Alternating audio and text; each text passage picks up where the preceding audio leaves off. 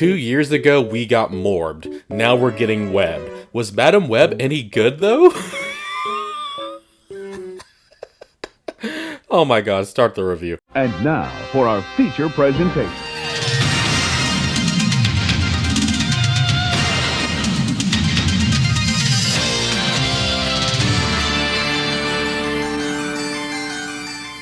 Cassandra Webb develops the power to see the future. Forced to confront revelations about her past, she forges a relationship with 3 young women bound for powerful destinies if they can all survive a deadly presence. 2 years ago, I released my Morbius review, and I said that it feels like Sony doesn't know how to handle Spider-Man in the movies, and the MCU knows how to do it all right. It's like Sony and the MCU are 2 divorced parents. Spider-Man likes to spend time with the fun mom, then the next week, he has to stay with the alcoholic dad who just does crack constantly. Oh my god, this movie is bad. This movie is bad. I had to find time with the Marvels. It wasn't my favorite whatsoever, but if y'all thought this was awful, y'all are in for a treat. Surprisingly, there's actually a lot of positives I can give this movie. Dakota Johnson does a fine job, and her power of seeing into the future is cool. Okay, let's dive into the negatives. Now, believe it or not, I actually know the behind the scenes of the editing in this film. What they did was they threw the film reel up in the air and started slicing them with scissors and grabbed some glue and just stuck it together. I haven't seen editing this bad in a superhero film since Catwoman. Cassie's power is really cool, how she can tell the future before it happens, but the way the movie edits it all together to convey this unique power causes it to feel like a headache because there's so many quick cuts. Sometimes it's clear on what it's trying to show, but there's moments where it does feel like it's way too much. It's not just that though, the transitions that leads into other scenes will whiplash you harder than Gwen Stacy. Even the action is shot poorly. I know I'm harping a lot on the editing, but the editing is such a huge factor on what makes films good, and the fact it's done this bad causes it to feel unwatchable in places. The editing is by far the worst aspect of this movie. The villain in this is the first cinematic villain to have every literal line come from AI. Every time he talks, it's all in cliches, so many cliches that he ends up repeating what he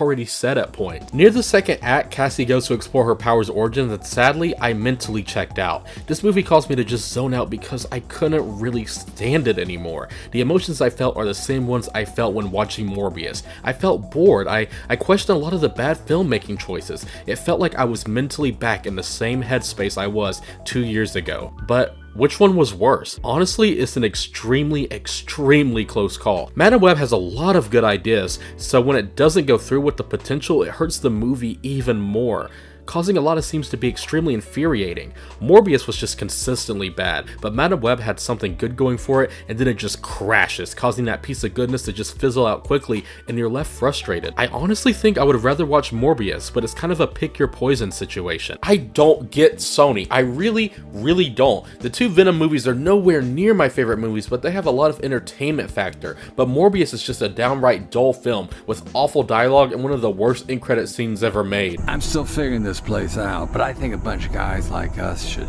team up. Could do some good.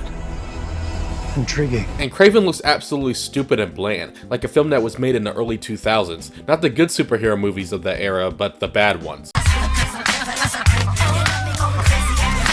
Madam Web has somewhat made up my mind that Sony actually needs to get their shit together if they want to continue making movies in this universe. The thing is, Spider-Man is my all-time favorite superhero. I'm getting burnt out on the MCU at the moment, but I think Deadpool can revive that. I'm done with the old DC Universe films, and I'm waiting for James Gunn to take on everything to bring my excitement back for that studio. Feeling burnt out on superhero films sucks because they are usually so exciting, and there's a large abundance of them in Hollywood nowadays. But the absolute last thing I want to feel burnt out on is the Spider-Man franchise because I love this character and his world so much. I'm open to expanding the Spider-Man universe for lesser known characters to a casual like me gets the time to shine, but this is not the way to do it.